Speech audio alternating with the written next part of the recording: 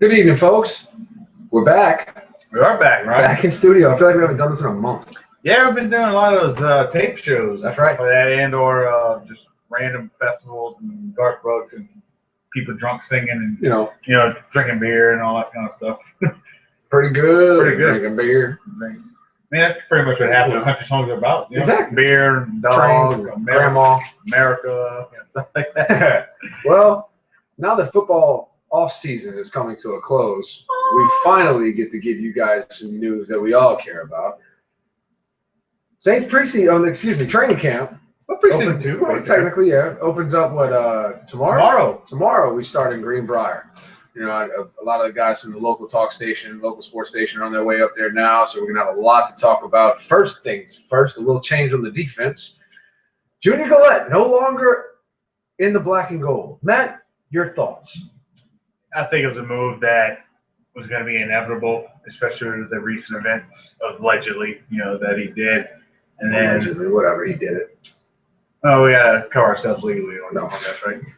We've got Kafalfa for that. We do have Kafalfa, but, He'll defend me in a court of law. He will. So I'll take allegedly out that statement. But anyway. Hey, you can't. I'm not. True, because I wasn't there, so I can't. Okay. And I did. I took media law. I know better. Allegedly. But, yeah, Ryan, I hate to use this phrase, but did the money go to his head? No. No? This was who we signed. Okay. The character that we have seen after he got that big contract is who we signed. Lest we forget, he was kicked out of Temple. Yes, he was. Which is a small, but still a D1 school for stealing laptops. Went to a Division II school, managed to, I guess, stay out of trouble. We haven't heard any reports of what he did in college after leaving Temple. Comes to New Orleans, wreaks havoc, gets a big contract, and decides it's okay to allegedly beat women. Yeah. And as we know with the NFL and how they're cracking down on domestic violence or any kind of unacceptable. Which was long overdue. Domestic violence. There's no excuse for that. You think of Ray Rice, you think of Ray McDonald, you think of Greg Hardy.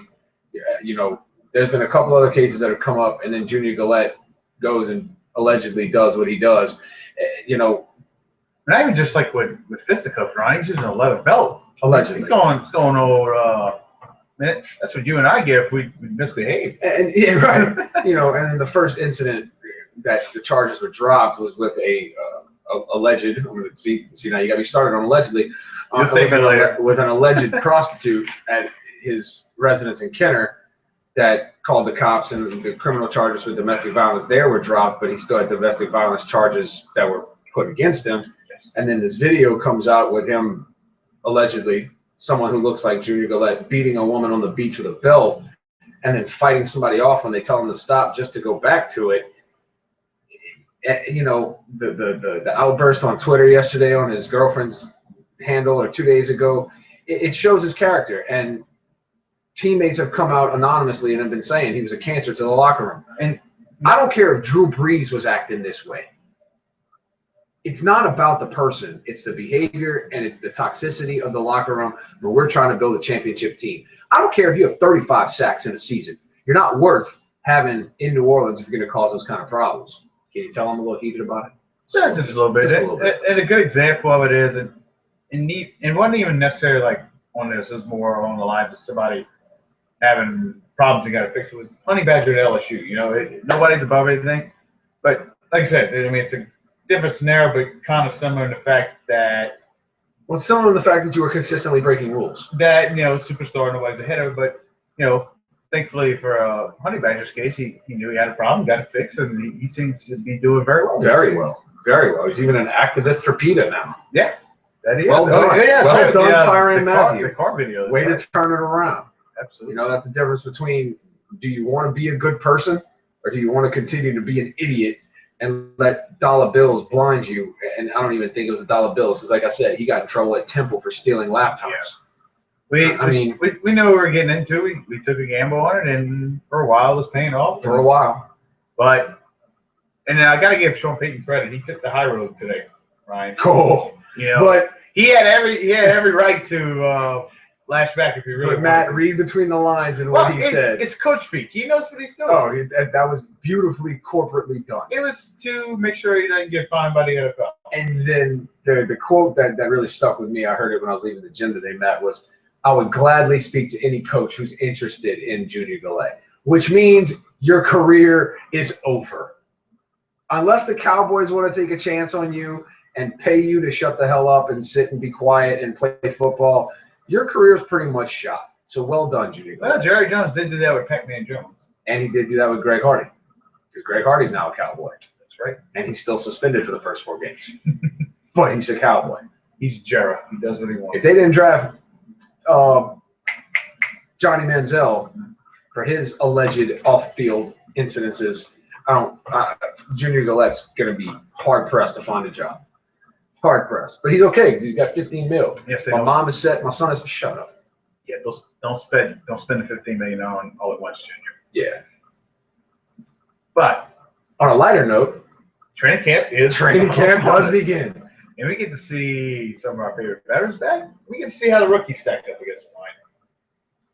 And also, here's my question. Which rookie do you want to see most?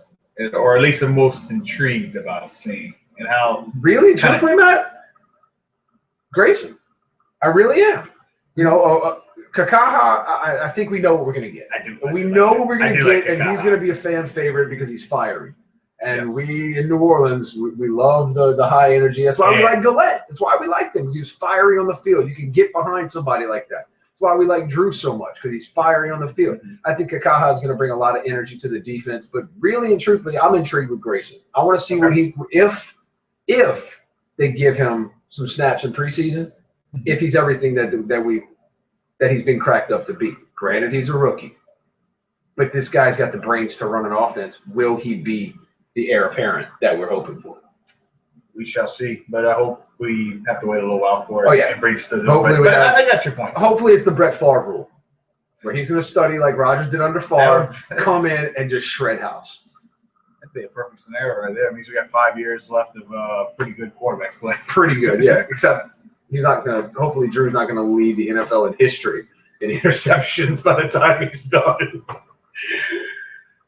Grayson's my pick, though. You know, like I said, I know we're getting out of Kakaha, and who's our boy out of Clemson? Stephon Anthony. I think, you know, he's another one I'm really intrigued to see.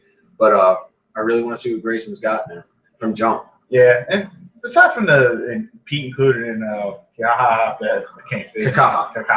Lelodi Kakaha. Those Hawaiian Samoan guys think play ball, man. Yeah, dude. But I mean, those are the obvious ones. But I'm gonna kind of go like on the grain, whatever catchphrase you want to use. I'm gonna say along the grain, off the beat, off the beaten path. I want to see what PJ Williams is gonna do. Yeah. At cornerback, because other than Keenan Lewis, everything's wide open. Well, Browner. Well, that's right. We got Browner. Browner could be the number 2. So, you know, on paper, yes. On paper, it should be Browner and Lewis on the outside. But, you know, with Rob Ryan's defense, you're not going to see just 2 cornerbacks. No. The way the game is played now, you're not going to see many defensive formations with only 2 defensive cornerbacks. So P.J. Williams is going to have to get in there. Can Stanley Jean-Baptiste put it together after his dismal rookie year? That's still a project that's in the making. You know, I'm going to make a bold prediction. I don't think he makes it out of training camp. I think he's a cut. I could be wrong. On paper, Jean-Baptiste has it. On paper. He's got all the measure. He's got all of the intangible, the measurement. He's got the body to play cornerback. But can he do it in the big leagues? And that still has yet to be determined. You know, we saw him briefly last season, and the Lions ate him up, and we already know what happened with that game. I think he's a project on its last leg. You know. Yeah. So enter P.J. Williams. And not to mention, what are the safeties going to be like? Can Vaccaro return back to rookie form? Can Jarius Byrd stay healthy? Well, he's starting training camp on the PUP list. But what's your take on that? I think that's precautionary, and I think it's the same thing with Colson. I think it's the same thing with Colson. Colson, if you really want, he could take a week and a half off and just play in preseason before he's ready to go. He doesn't need it. He's been in Sean Payton's offense for the entire duration of Sean Payton's offense. Exactly. If I'm not mistaken, he's the only, besides Drew Brees, the only person who's been in Sean's offense from jump. that we have left. Yes. That we have left. That's great. He's the only person. I know last year it was only like, I think 4 people left from the original 16 or something like that. I think it's down to 2. I think it's freezing close now. I can't think of anybody else. I don't.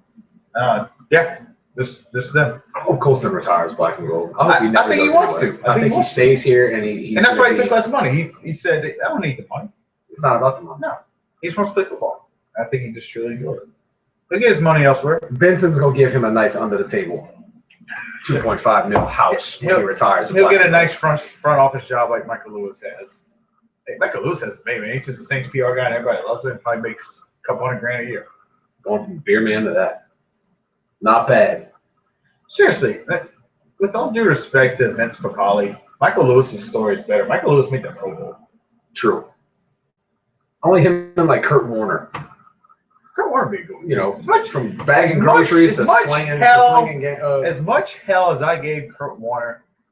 Now, granted, part of it is because the Rams were in division and I couldn't absolutely stand him. You can call him Dixie Boy. Yeah, he was pretty talented, and also he was a natural. I gained a lot of respect for him after the Cardinals playoff game when he took an absolute beating and continued to play. And then not only after that, they try to start getting to talk about bounding gate and all that stuff. He goes, "Nothing illegal about that. It's football. You get hit. I ran out to try to tackle somebody. That's a free game." Took his leg. Took his leg. Hats off to Kurt Warner. Never thought I'd ever say that 10 years ago. No, we wouldn't have 10 years ago. Nope. Greatest show on turf. And all of a sudden we're wish you well, Kurt Warner. Yeah. The end of your career in New Orleans. He's doing just fine. What are you hoping for in training camp, man? What are you hoping to see? Main thing, no injuries. Seems like we have the injury bug the last 3 or 4 or 5 I years. wasn't even thinking that, but yeah. That's like the big one right off the bat. I'll get to your part of the question, but that also kind of answers your question. Staying healthy, injuries, man, we can't catch a break with that. But that is number one. That's above what I was thinking. But to me, the linebacker battle. That's what's going to intrigue me about it. Especially if we're going to stay at 3-4. A lot of changes, right? You know, we don't really know who's going to start. Well, with Spencer coming in, Spencer is the veteran that's going to take Colette's spot on the outside. You know, pending that we stay healthy. Right. We know what we're getting out of our defensive backfield. We know we've got some headhunters in the back. And can get any pressure on the quarterback? That's a big thing I want to see is can the D-line and can the linebackers create some sort of pressure, some sort of confusion at the line of scrimmage, at the point of attack, to be able to keep a quarterback off balance to where our secondary can do what they are trained to do. You would hope. Speaking of the defensive line, now, you know, we were talking about the pup list earlier. Broderick Bunkley was released because he failed his physical. So now we're even thinner at D-line. But, you know, Bunkley may have not even started this year. Well, he's getting older. That's part of what I was going to say. It seems like he's a tired vet. And I don't mean tired in the sense of exhausted. I mean tired in the sense of he's been playing for a while. And, you know, we're going to need some fresh legs up front. I think a lot of the Saints season, especially on defense, you know, if they're going to have success this year, a lot of pressure is going to be on Akeem Hicks and Cam Jordan. They're going to have to carry the defensive line this year, I think. Well, who's going to be on the other spot? Well, you still got, what's his name, Jenkins from Georgia. Who has been a bust for such a high pick. And he was, what, 3rd rounder, I think? I thought he was a 2nd round, but I could be wrong. I felt like he was a high pick that we gave up something for. I thought we moved up to grab him in the 3rd. I think we moved up in the 3rd round. That's what it was. Okay. Now maybe it was because he was behind Bunkley and we just didn't trust him. Yeah. You could see some young defensive tackle tandems there this year for the Saints, right? I'd like to see some out of John Jenkins. You know, he was one of my favorite picks out of that draft. And it was a good value pick. He was, and he played damn well at Georgia. He was a monster on the defensive line at Georgia, playing in the SEC as well as he did. He came out highly touted as one of the 10 top 10 defensive linemen. His teammate that I think is on the Steelers still, someone that got the more. I can't think of his name. Yeah, but I know. He was the one. Injured. He was like I can't remember his name again. The guy from Clemson. The linebacker we got from Clemson. Oh, Stephon Anthony. Stephon Anthony. Stephon Anthony was the backup to, or the second linebacker to somebody else, and he got the high. Oh yeah, the guy went like. But he was actually the quarterback of the defense. Right, and a lot of people said that about Jenkins. Right, Georgia as well. So hopefully Jenkins, with the release of Bunkley, Jenkins can step up and be that number 3 spot. If that gets solidified, I think our linebacker core is pretty talented. I really do. If they can gel together and that front 7 can do what on paper they know that they can do, what we know that they can do, I'm thinking 11-5 at worst. At worst. We'll see.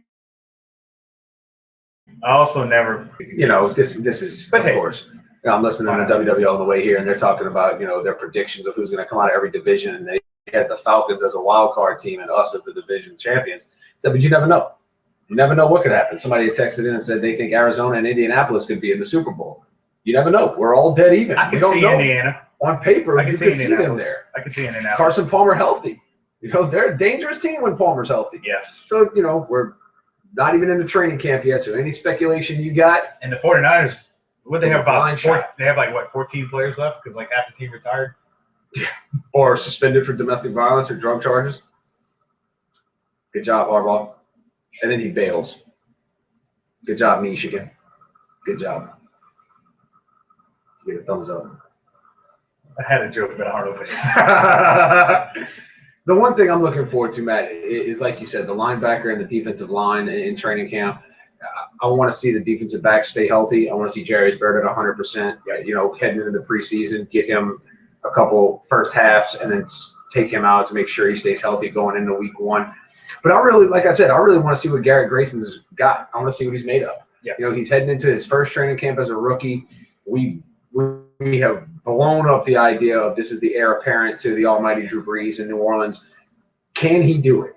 Can he run Sean Payton's complicated offense and execute the way Drew has for so long? Now, of course, he's not going to do it off top. The kid's, 21 years old, 21 years old, 22? 22. He's still young. He's got a lot to learn. He's never seen NFL speed yet. This isn't Colorado State. This isn't Colorado State. This is not the Mountain West Conference. Colorado State's Mountain West, right? Actually, they're not Pac-12. Are they in the Big 12 now, maybe? They might be. It might be. Colorado's Big 12. No, Colorado actually they were Big 12. They were, and they moved to the Pac-12. Okay. Still, the closest thing you're going to get to a college speed defense or an NFL speed defense in college is the SEC, and he hadn't seen that yet. So he's going to see it in his first couple preseason games. Let's see what this guy's made of. I'm really interested to see if this, I say this carefully, this no-name quarterback that we got, because, he would play at Colorado State. He wasn't like Matt Leinart at USC or, Johnny Manziel at A&M but or Tim Tebow at Florida at a big-name school, a big-name guy at a big-name school and a Heisman Trophy winner and all of these things.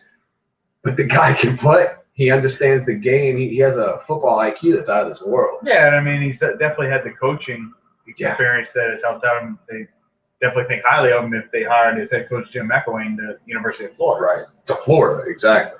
Right. And then I guess to finish off your question you had earlier, Ryan, always like who's going to be the next training camp all-star, the soft spot, who makes that 53rd spot, who usually ends up making an impact on the same team. Right. Like a Joe Morgan a couple years ago, We don't know. We're going to know soon enough. Training camp starts this week. They're going to be up in the Greenbrier for the next 2.5 weeks, and then they'll be in New Orleans for a week, which is a bunch of bull crap, but whatever. Yeah, at least we might be able to get out there and take a sick day. Well, the first day's on Friday. I'm getting a cough right now. They do have a weekend day practice. I think it's after I want to say the second preseason game, which is the first home one on the 23rd or something like that. It's actually the day of SummerSlam now. Think about it. 4-hour SummerSlam. That'd be a fun day. Watch Saints and then come back home and tailgate, eat some food, watch some fake wrestling. Some fake wrestling. Oh, John Cena's broken nose last night wasn't too fake. Yeah. That's what we call a botch. You're right. Cena was pissed. I thought would be too if I broke my nose. On accident. Yeah. But Yeah, that's kind of the main topic for this week. I mean, Ron, you have anything else for us tonight? You know, because we always cover the local guys, you got to give props to Nola on his first win as a Philly. Yes. You know, pitched, if I'm not mistaken, I want to say it was like seven and some change. Something like that. Gave him a few runs, but he got run support that time. He actually pitched even better his first game, but of course didn't get any run support. Got the no decision on that one. But yeah, not a bad job for Nola for sure. You know, and his brother is the only person in minor league baseball right now wearing his name on the front and back of his jersey. Yes, that is true. I wonder if that's the first ever in history. Yeah, you know, think about it. Any last names that were Philly or or if there's even like a minor league team last name, you know? Or maybe like a Pawtucket in there, or something like that. I don't know. So that's the first thing. That's a decent trivia question, though. That would be. Who's the only baseball player in history to ever wear his first name and last name, or his last name on the front and back of his jersey? But something else. Exactly. But yeah, Ryan, a couple episodes away. We'll have the big 100 coming up. We'll give you a little bit of a spoiler. It is our official LSU football preview show, but we have a lot of other surprises lined up, including we usually open up with some satire to get everybody laughing a little bit. Yeah, we got something special planned for you. We put the opening sketch on some steroids this week. You might see some references in there, you know, some of Ryan and I's favorite shows or culture references and stuff like that. Like the hot wing challenge. Yes. I think I'm still suffering from that, and I think that was like almost a year ago. Yeah, that was about a year ago. Yeah. That wasn't that nice. That was our appointed lawyer's idea. Helpful, thanks. Appreciate it. We haven't done a challenge in a while. We should do like a combined challenge or something. Maybe we should do like the beer mile. Oh. each do a half a mile or something, so that way we can actually drive home and not die. I don't know. That's just an idea. Take on some random kids and butt fight and beat them by 20 shots each. Talking trash the whole time. Talking trash. You thought you were good. This is my house. No, then they'd probably talk just as much trash back to that would be the fun part. Kids these days. So we hit them with a putter. Teach them some respect. I don't know, man. We might get suspended by Roger Goodell for a couple of shows. Last time I checked, we're the CEOs. We make that decision. True. I mean, we do kind of boss producer around because he screws up all the time. I'm still waiting on my bottle of scotch from like 2 years ago. Did he? First started. Yeah, weird. Yeah, Juice Box never got us our Juice Box. Juice Box never came through. We fired him. Still looking for a new Juice Box guy. One thing we forgot, Matt, Gold Cup. USA Gold Cup. I've tried to forget the Gold Cup. You know, I'm not going to sit here and ramble on it. Disappointing. No reason why we should finish fourth in the Gold Cup. We should have won it. Not to take anything away from the way Panama and Jamaica and Mexico played, but the Panama played very well. The officiating was absolutely terrible from start to finish through the from the group play all the way through to the final. Mexico advanced on 3 BS PKs that carried them through the through the quarters and the semis that put them in the finals. Speaking of Mexico, head coach Herrera gets fired for allegedly punching a reporter in the airport after they won the game in Philadelphia.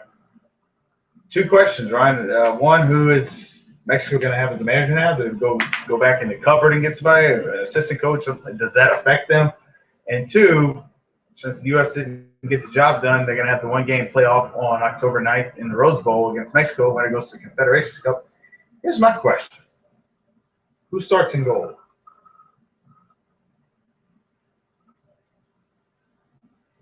I think we have 2 friendlies between them. That way, I'd have to see Howard in goal during one of those 2 friendlies. Do you think Klinsman does the 1 start each and see if Howard has anything left in the tank? Yeah. And if Guzan's performance against Jamaica was a fluke? Because other than that, he was pretty solid. Guzan got keeper of the tournament. He did. He got the Golden Glove. He had one bad mistake. It cost the U.S. the game. The entire tournament. It cost us the tournament. But other than that, he was very solid. The first goal Jamaica had was a great shot. Guzan can't really do much about that. So it'll be interesting to see what Klinsman does to that. If you ask me right now, if USA was playing this game tomorrow, Guzan gets the nod. No, Guzan has to get the nod. Yeah, absolutely. Howard's going up in age. I'd like to see if he's got anything left in the Premier League. The Premier League's going to be playing. He had a down year last year. He really did. And the Premier League's going to start Well, if I'm not mistaken, the Premier League starts in like 2-3 weeks. Yeah. You know, I want to see what Howard's got before I can say that he deserves the nod over Guzan. Is he still at Everton? Yeah. Okay. Yeah, he's still the go-to guy for Everton. I just hope we get a third Ted Laszlo promotion, so we know when the Premier League starts. Right. I think, if I'm not mistaken, 2-3 weeks. I thought I remember reading 42 weeks long. Very long season. 2 weeks long. You know, they play 20 matches. No, two games a week, right? No. I'm sorry, it's not 40. It's 20. Just the Premier League, La Liga, Serie A, the main leagues play. Yeah, no, it's 40 weeks. They play 38 matches. They play every single team in the league twice. Okay. And there's 20 teams in the league, so you can't play yourself. So you get 38 matches. Is it 2 games a week? No, they play once a week. They play, for the league itself. Now you may be playing in the Barclays Premier League and then be playing in the Premier League Cup, which is a tournament in the league, and they're different. Mm-hmm. So you may have to play a game on Sunday against Arsenal and then play a game on Wednesday against Everton and then play a game again on Saturday against Hull City. Okay. And the Arsenal match on Sunday and the Hull City. 2 completely different things. Yeah, and 2 completely different competitions, even though you're playing against the same teams from the same league. Okay. And then when you add in the UEFA Champions League, it gets all messed up. And you got the UEFA Cup coming up next year as well. Well, yeah. It's basically their equivalent of Copa America here. Right. And all that stuff. Yeah. Where it's going to be international competition, but between the countries in Europe. Yeah. Yes. Yeah, I'm going to be lacing in some soccer with you guys, even though it's going to be football season. I'm going to be lacing some soccer in because I've finally started fully following it again, and we got to talk about it. Sorry, can't help it. There are people that watch. But first and foremost, yes, these guys. They're coming up soon. And I mean, even though this is a Saints shirt, it's black and gold. It's black and gold. It's right around the corner, guys. That's how much we miss football. We had to wear both colors. Yep. But with that said, we'll be back next week, episode 99, and then episode 100 is a lot of work going into it. We may have a week or 2 hiatus. Yep. It might take a little time. That's okay. But it'll be right on time for football. But yeah. Episode 100, it's coming on August 18th, though. It will be ready on August 18th. Start the countdown, ladies and gentlemen. 39 days and church is open. In fact, speaking of episode 100, we'll be filming downtown this weekend. Who knows? Maybe we can get in as an extra. All you got to do is just buy some beer. Yeah, you have to pay us to be a cameo. Doesn't work the other way around. Right. Sorry, low budget. Low budget. No budget. Negative budget. Negative budget productions. That's awesome. Yeah. The NBP. NBP registered. There we go, Ron. We got incorporate that shit. We got our Yes. Elena, patent that, and Ryan. There we go. We got our negative. We have our production company now. Yes, indeed. NBP. I like it. Took us 98 episodes to come up with a title. Better late than never. Hey man, it's like a fine wine.